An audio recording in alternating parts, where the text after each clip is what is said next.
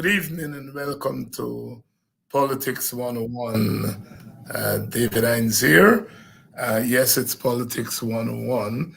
The background is a little bit different, or the lack of background tonight, largely because I am doing the show on the run, still at the office, and I usually like to um, uh, do my shows away from here, but I got trapped here, and so we have to do the show on the road. The show must go on. Politics 101. Good evening. Welcome. Welcome to those of you who are joining us from Guyana. If you're joining us from West Bobis, there is action there in West Bobis as it never stops. It never stops. Uh, Good evening to those of you who are joining us from West Bobis. Good evening to all of you who are joining us from Berbice, whether you are on the east side of the river or on the west side of the river. How about the people in the quarantine who will say, well, look, quarantine is not Berbice, Dr. Hines. Welcome to Politics 101. How about the people in New Amsterdam? We understand that there are some issues in New Amsterdam. I've gotten some communication from people in New Amsterdam asking for me to visit there along with the WPA, and I shall certainly pass those requests on to the party. Good evening, New Amsterdam. We understand that there are some issues wherever African Guyanese are, there are issues, and I think the fact that the government continues to pretend that all is well, all it can do is pay some African Guyanese some money and parade them at Babu Jan, and they think that that solves the problem. In fact, they don't realize that that adds to the problem rather than solving the problem. But you can only think that you can pay people a couple $1,000s, carry them to Babu Jan, and that solves the problem.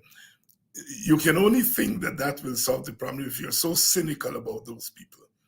And it's the cynicism of the PPP's leadership towards Black people. First of all, there's no acknowledgement of Black suffering. Absolutely none. We are racist. That's what they call us when we talk about Black suffering. So there's no acknowledgement.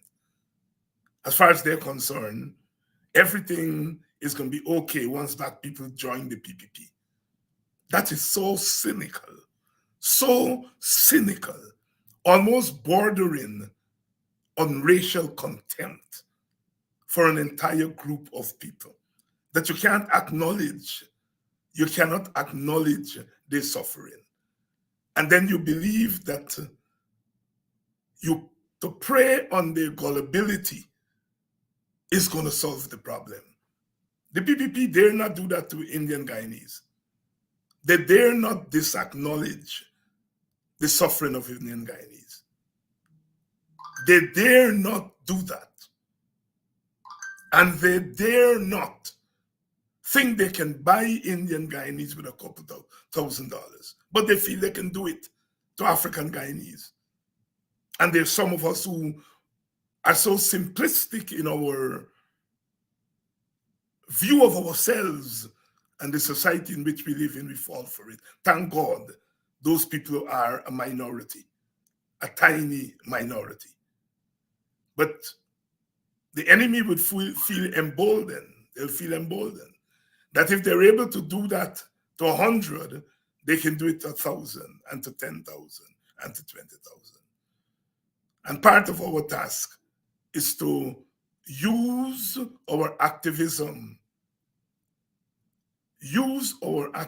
as a barricade against that kind of action by the PPP.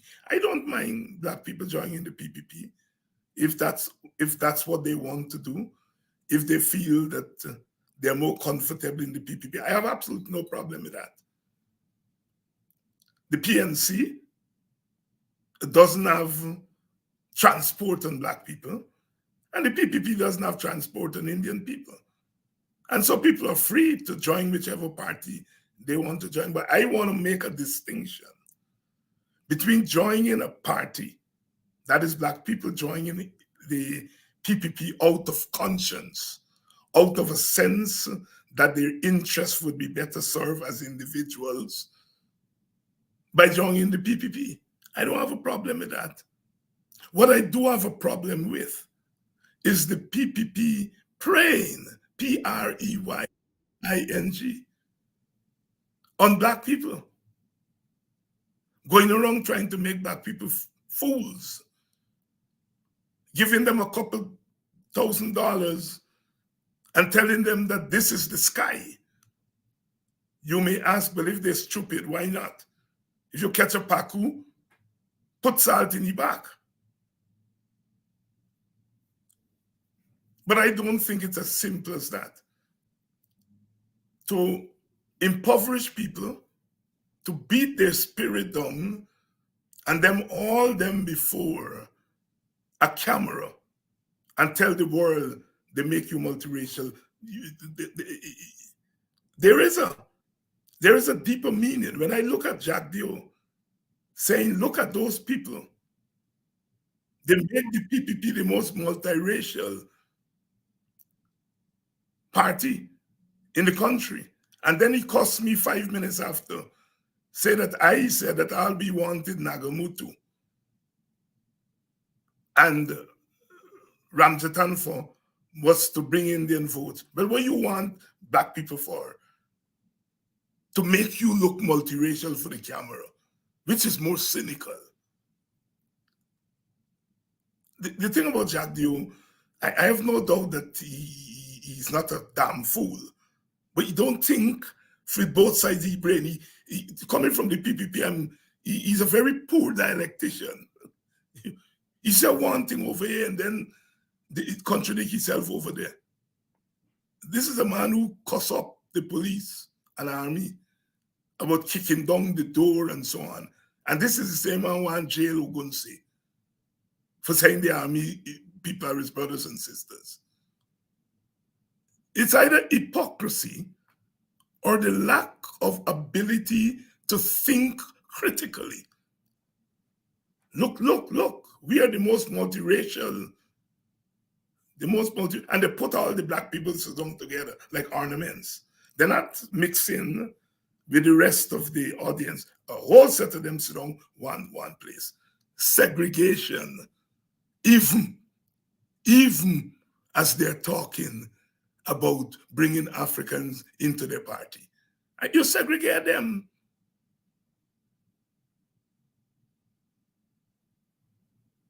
In the period of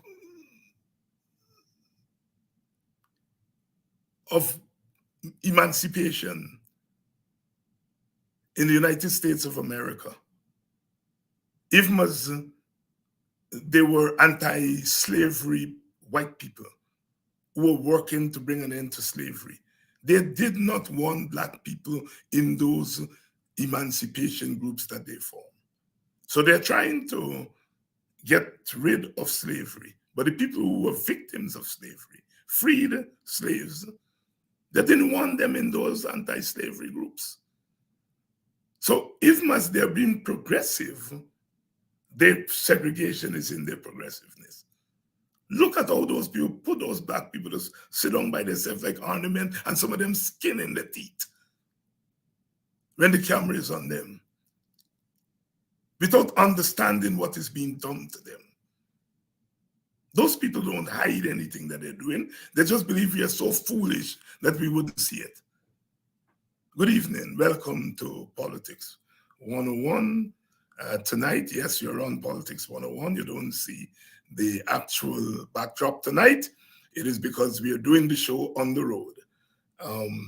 We're doing the show on the road. Tonight, we are going to be talking to Lincoln Lewis and Leland Saul.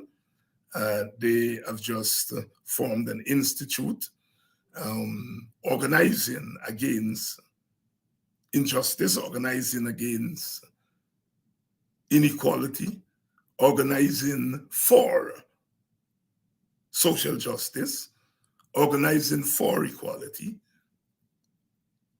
organizing for equal humanity.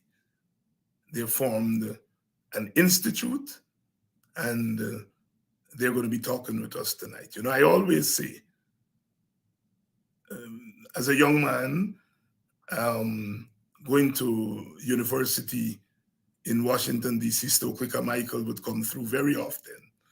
And whenever Stokely was on campus, or whether it was at Howard, where I did my graduate work, or whether it was at the University of District of Columbia, where I finished off my undergraduate degree, whenever Stokely was on campus, everybody, classes were closed down. And that brother always would say, organize, join something, form something, organize. I can see him. What are you talking about? Organize. Black people have to organize in order to free ourselves. That's what I'm talking about. I can hear Stokely. We have to form organizations. And that is why I want to highlight what Lincoln and Leland are spearheading, because it's so critical to struggle. Sometimes our people get carried away, we don't want talk, we want action, and all that kind of stuff. And the best form of action is informed and mobilized talk. I always like to tell my students that Dr. Martin Luther King overthrew segregation in America with oratory. When he spoke, he drove you, brought you out of your dungeons of fear. Nothing is wrong with talk once it's informed talk. Organize. Good evening. I understand, and I'm sure most of you would have seen the video going around where the Attorney General has told people in Kingsley, where Lincoln Lewis ancestral lands are, his family's ancestral lands.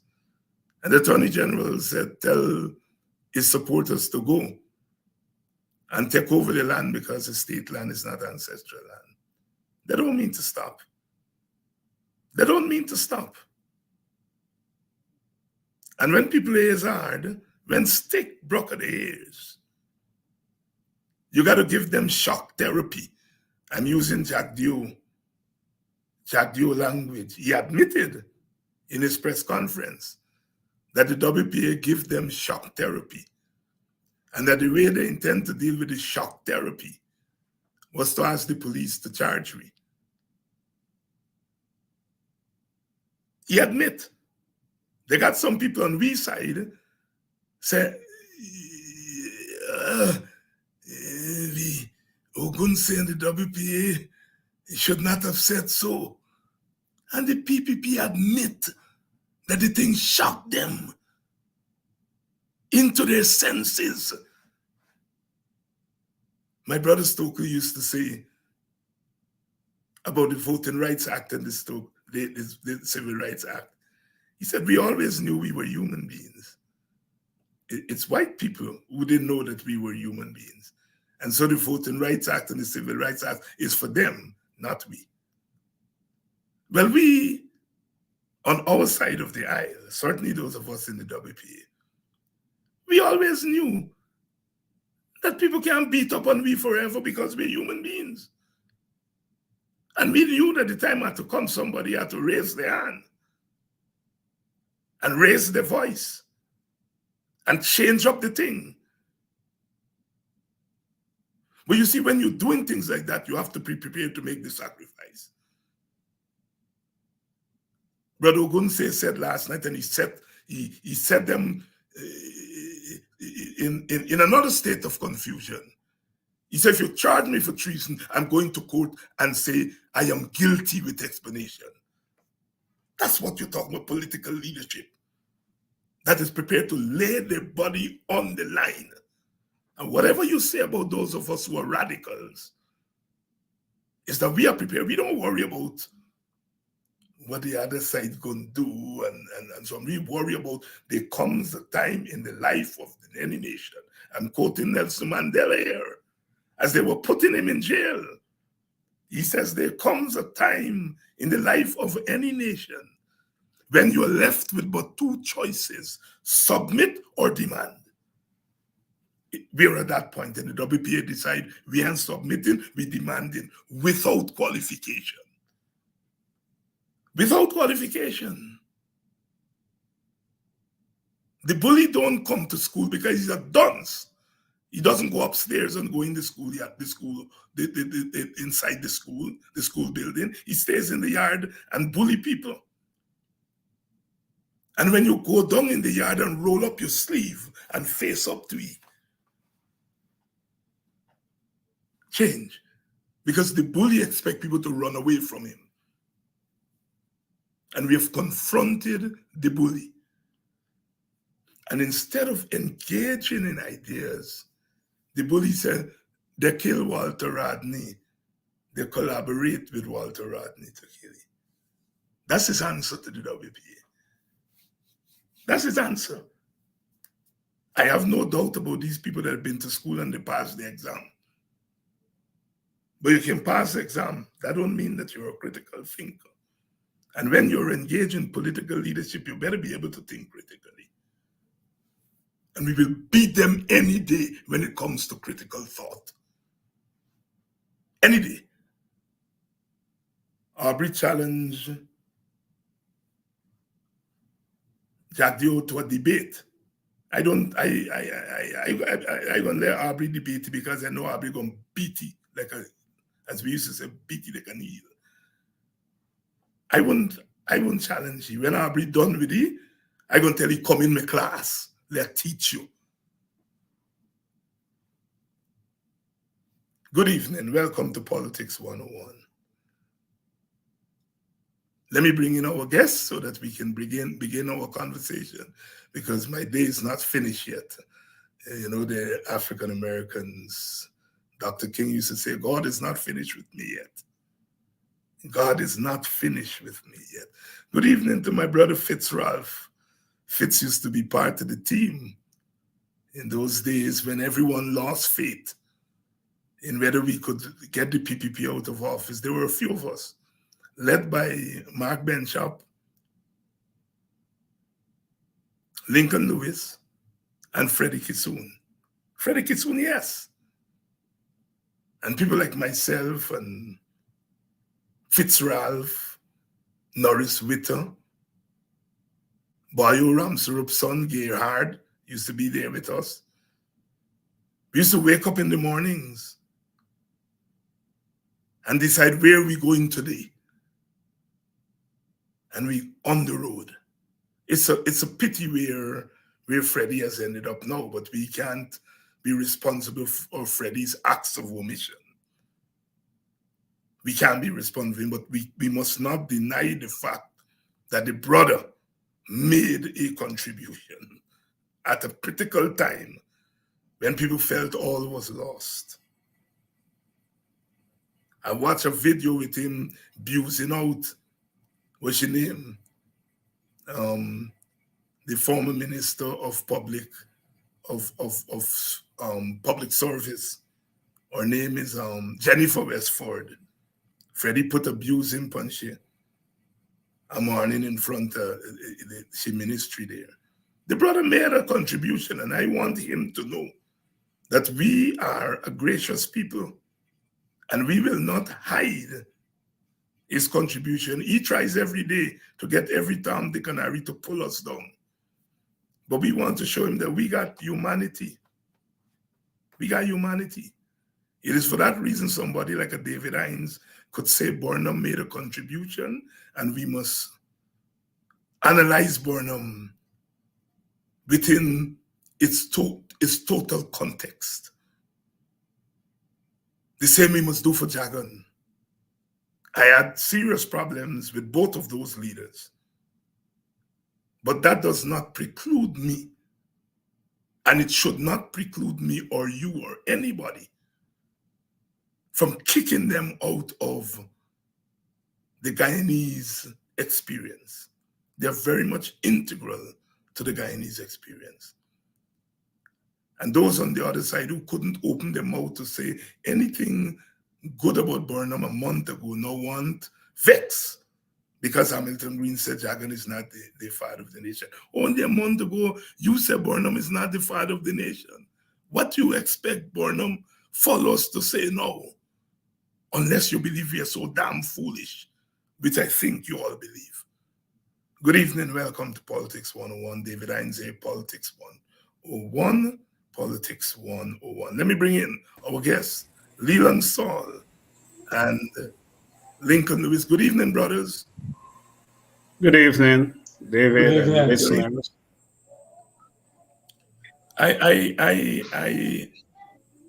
I titled tonight's show, Organizing Against Discrimination. You all have gotten together and you formed an institute. Talk to us about what motivated you in the first place, why an institute, and what the institute intends to do. So let me start with the first question. What motivated you all to form this institute? Starting with you, Major Saul. Is Major, right? Lieutenant Colonel, sir. Lieutenant Colonel. It shows Yes, how. basically, Yes, go ahead. it is a call for action in response to the state-sanctioned discrimination and the emerging apartheid state. I think you're very much aware of what is going on. Since the PPP returned to office in August of 2020, we have seen the wanton dismissal of public servants. The allocation of developmental benefit is very much skewed. There is an inequitable distribution of resources. The award of state contract, it favor a particular group within the society. We have seen a move afoot to dispossess African Guyanese of ancestral land. And even as I speak to that issue, yesterday, that boy, Anil, sent 22 policemen to Kingley to stop some works that were sanctioned by the descendant of Kojo McPherson. I think, Doc, you are very much aware that the lands on the lower west coast of Berbice um, after emancipation, most of those estates were acquired by former slaves. And I can tell you, all of the estates, from Falls to Tempe, I know that for a fact, were acquired by emancipated slaves or those who were freed by 1855. I don't know why Anil would want to say that Kingley were never acquired by anyone and his state property. I want to send a clear message to him that the descendant of McPherson, Kojo McPherson, will not submit to him or anyone. I want to make that point clear. We will defend those property with the last drop of our blood. I want him to understand that. I know Lincoln will speak much more on this issue. So those are some of the issues that would have motivated us at IAD. All these acts of discrimination. And what we are doing currently, we are going out to various communities. We are informing people of our work. We are documenting all the cases of discrimination. And we hope to confront the government on these issues. Where possible, we will challenge the government in court to ensure that citizens are treated fairly. We have a vested interest also in good governance, because what is obtained in Guyana, certainly it's not good governance, and we have to work seriously to achieve that. But I want people to understand we can only achieve good governance by get rid of the PPP. And we must use every opportunity. And when that opportunity presents itself again, to ensure that we see the back of these evil people. I want to make a point before this one slipped me. You know, and I come back to the issue of Kojo McPherson land in Kingley. It is sad that the PPP, in the cabinet, you have black ministers, Prime Minister Mark Phillips, you have Tommy McCoy, an ex-minister, Onish Waldron, Joe Hamilton, Todd, I cannot recall his first name. Um, hmm, You thought, Maybe there are others. you thought. But the sad thing about it, they're complicit in this action. And none of them can say to Anil, what you're doing is wrong. You cannot dispossess black people of their ancestral land. But not to be worried, because it will not happen. It will not happen. I can tell you that, Doc, and I want to send a clear message to them. It will not happen. We will fight to the end. If people have to die, people will die. I want to send that message to them. Thank you. Clear message there. Clear message there to them. Those who are trying, they're not stopping. They're not stopping. They're now going to repossess ancestral land. Lincoln Lewis, come in. Tell us, before you answer the question why the institute was formed, tell us what has been going on in the last 48 hours. Mr. Lewis? I will tell you. I will address both of them. Let me say to you that the institute is anchored deeply in the transgression of rights and the violating of laws in this society. And we are prepared to take it back.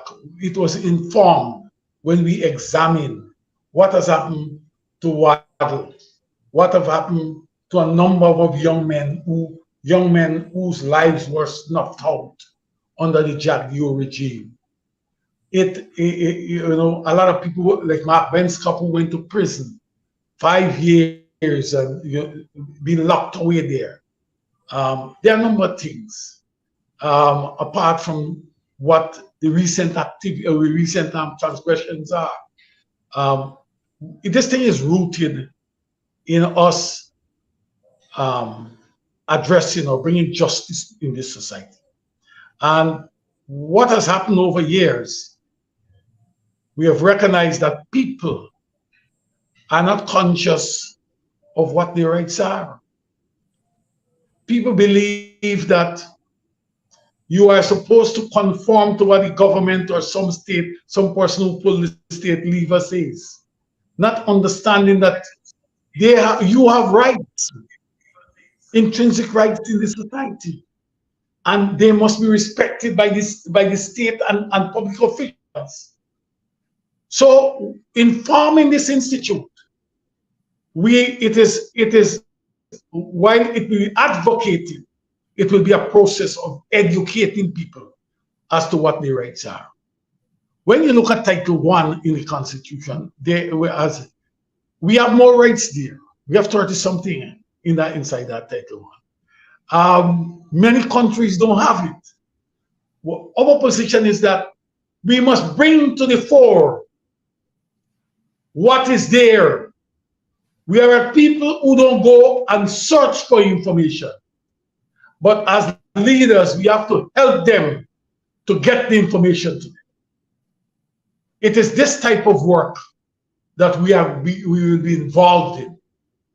As this weekend we go to Golden Grove, we hope to get a reasonable turnout, and we are going to hit the road running, giving information to persons who turn up there, or those who look at us and who follow us on Zoom, on the various platforms that will be of groups that will be there.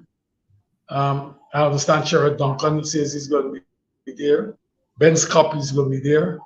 I hope that Kadaki Buxton will be there. and we will be on Zoom too. Village Voice will be there, right? We want to get this information to everybody. As we talk about the Constitution, a number of persons have never really, I've never really looked at the Constitution. I have spoken to people who have been ministers of government, parliamentarians. Every time you go in there, they give you, every parliament, they give somebody a constitution. And I'm sure about something. Some people missed up 2 or 3 terms inside there. The constitution is there, but they don't read it. They don't read it. That is so ought to be a Bible if you're in public office and you're talking about people's rights. Your rights, you're talking about laws. This is where all the laws ought to be flowing from. And we need to, so we are going to use the Constitution as we move on as one of the instruments to educate people to bring about that change. But you want to know about King Ely, let me tell you what. I never thought in my life that I would have met people who have sworn to uphold the Constitution and what have you, getting paid with the taxpayers' money, can lie like these guys inside this government. This man, Nandalal, in 2020 said that the document that we get is not valid, could not have been there, we could not have had a transport there. He knew in 2020 that we had a document that we say is a transport. But today, Nandalal saying yesterday that he is saying yesterday that we never prepare, we never provide any document. We don't have a document. And these are serious flaws in what these guys are saying. This guy is saying, look, the land at King Ely, is not state land. But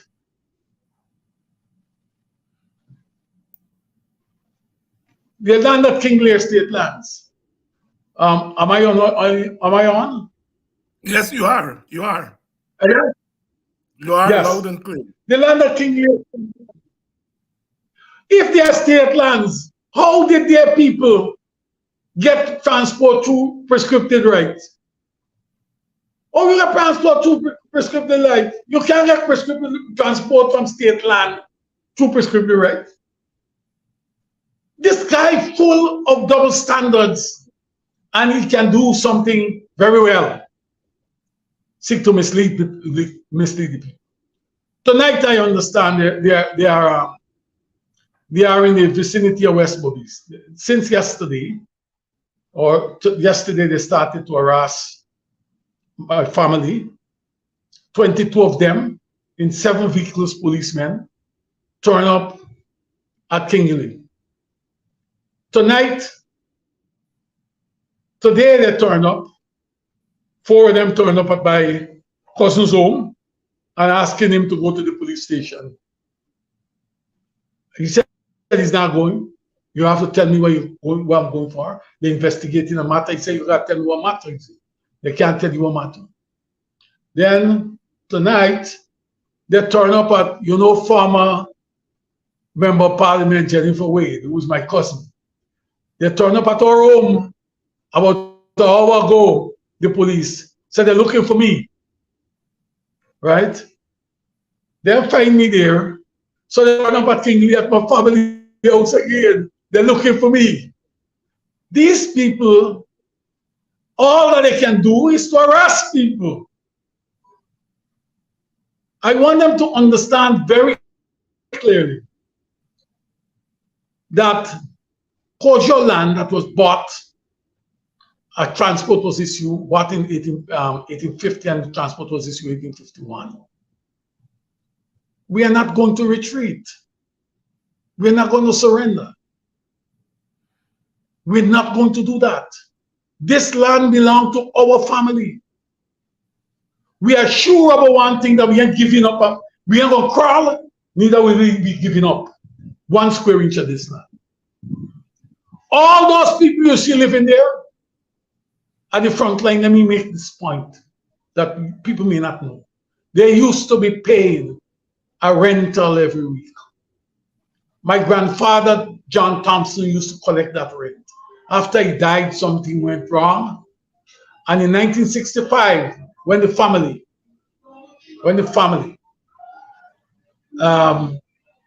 among them were Sam Mitchell from Golden Fleece, Charles Young from Kingley, Joseph Tappin from Fellowship. A group of them come together to really seek to have the lands transferred to the respective heirs. You know what happened? The same people, some of them who lived there at the goodwill of the family, they stood up and they went to court to stop the family from transferring the land.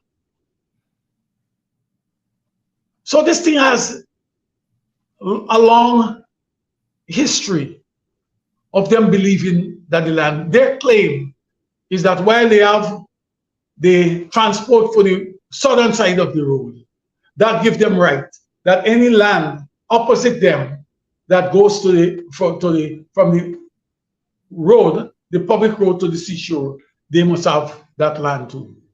That is how they think. That is how simplistic these wicked men and women thought. But we're not going to give up. We ain't giving up anything on this thing here. Nandalal has to be told that he will have to go. These guys are racist. Anywhere where you see African people have land, they go after them. Even the lands of the cooperatives on the coastline and so forth, they are going after them. I will want to advise him, if he can spend the same. I don't want him to come. I heard him saying that he regularizing land on the East Coast. Let him go to villages like Ustuderin and so on that were given by the crown to the Indian community. Regularize those lands. He's not going to go there. Anywhere where you see lands are there for African people, where that land can be used to increase the wealth of generations to come. They go after them to deprive you. You must remain in a certain way in life. You must remain in poverty. What they want to do is to make us beggars. And when we can't beg any longer and get anything, we must become thieves that we can end up in the prison. That is what they're after. And Jack and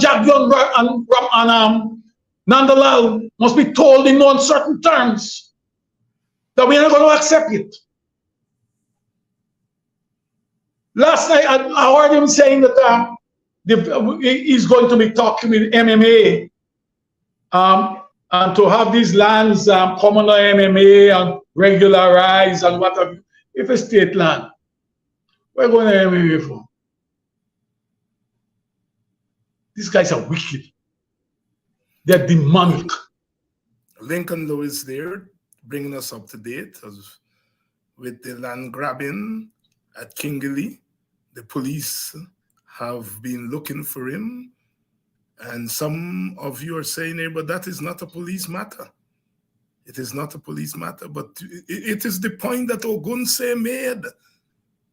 It is the point that Ogunse made, and some of us are saying Ogunse went too far. Ogunse makes the point. These people are using the police to intimidate us. They're using our brothers and sisters to intimidate us. And the only way that is going to stop is if we stop it. And as Brother Leland said here tonight, we can stop it. Brother Leland Saul and Lincoln Lewis are here tonight. They're talking about an institute against discrimination that was just formed. This weekend, they're going to Golden Grove to hold a public event, and they're seeking to use public education of the laws of this country in order to make a difference in our struggle. Leon, and this question is to both you and Lincoln. You all are aware that our people are frustrated, they are alienated, they have had it up to here, and going to talk to them about the Constitution and the laws of Guyana may well be not the thing they want to hear about at this time. How are you going to convince people who are frustrated, who feel that the law is against them, the Constitution is being used against them? How are you going to convince them that public education about the law and the Constitution is a benefit to them? Let me make this point to you. No, let Leland come in first. Let Leland come in first. Lincoln. Let me make this point to you. All right. Go ahead, Leland. Yeah, yes, Doc. You know, the citizen must understand it. For us to start, it's important that they're educated on the Constitution. They must understand what are their rights. And that's where we want to start. And so we can identify all those acts of discrimination, and then we come up with remedies for these acts. What can we do? If you're discriminated against, what are the actions that we should take? Ideally, the first thing we would want to do is to seek redress in the court. That is one of the first things we would want to do. But simultaneously, there are other things that we can do. Of course, I am a proponent of street protests. I believe in that too. I'm not speaking about violent protests, mind you. But when you protest, you give visibility to issues. If you don't, people get the impression that everything is okay. And we need to speak out more about discrimination. We need to inform people about what is going on, because there are many incidents that people are unaware of. And there are things that are happening in the society where people believe that is the norm. In some cases, people think it's okay, that you should be treated like that. Oh, I didn't vote for them, so they have the right to treat me in a particular manner. And so these are the things that we must tell people. You know, as Lincoln mentioned before, we have to inform them on their rights in accordance with our Constitution. They must know what are their rights, or what are the rights of citizens in this country. And I believe as we fan out across the country, that the message will be well received and people will be in a better position to understand their rights. Yes, it will be challenging. I know some people are frustrated. They don't want to hear. Some people have said to me, you all talk too much, as you mentioned before. But once you can articulate your point clearly, the message will get across. And even those who are oppressing you, they themselves will be convinced, you know what, we are doing the wrong thing. And I think we need to speak out more. As more and more we speak, they will get the message. And even as I mentioned about the incident at Kingley and the attitude of the black ministers, maybe they might go and give Anil a call. Hey, you got to change, buddy. We got in licks about this thing. People are talking about it. People are saying that we are complicit in oppressing our fellow black people. And so I believe that we need to talk more about it. And eventually that change will come, along with the other options that we have in applying pressure on this evil cabal that is governing us. So you're talking about making people aware of the law making people aware of the Constitution as a form of consciousness raising. Is that what you're saying? Yes, Doc. And I think that needs to be made clear, right? That consciousness is very important in struggle. That if you struggle without consciousness, then in the end, you're not able to direct the struggle in the right places. But consciousness is very important, and I do agree with that. But Lincoln, you would be aware that talking about the law and talking about the Constitution has to be done within a particular context, and not within the context of just giving people access to the law, because they will say, if I get in trouble, the law I'm going to take a liar. How do you, in the context of the frustration, how do you convince people that knowledge of the Constitution, consciousness of the Constitution is an asset at this particular time? David, the Constitution, or bringing awareness to the Constitution, goes beyond what the way we have seen it. The Constitution, we have a society, in fact, where people believe that when a government says, for instance, we are going to take over the Mackenzie Sports Club and do what we want with it, people believe that the government is right, and the people who are members of the club and those who live in the community have no right to speak about it. What we are bringing about is an awareness. People don't understand what their rights are. And you made a point earlier, David. You said you used to be going to, when you go to school, at Howard's, Stokely Michael, when it comes to speak, he speak, the whole place closed down. And one he conclude by saying, organize, organize, organize. Black people must organize. Let me tell you something. We are saying that this must be the tool that we're going to use to organize, and organize everybody. We have to, first of all, those who don't know, we have to educate them. You can't just call people out to do something. We must organize them, and we want to use the issue of the rights that are being transgressed and the laws that are being violated by this government. Use that as the two planks of organizing people around it, that you can get a formidable force to respond to the atrocities that are committed by this government. So we have this is not just an institute to just talk. It's not an institute to just give information. It's an institute with a purpose. With a purpose. And that purpose is to educate our people, mobilize our people, and organize for action. Organize for action. Leland Saw, let me bring you in. I always say on this program and wherever I get a chance to talk, that you measure the veracity, the effect of what you're doing, not just by how your people respond to it, but how the enemy responds to it. You all are barely off the ground, and Jack Dio and them running all over the place talking about this institute.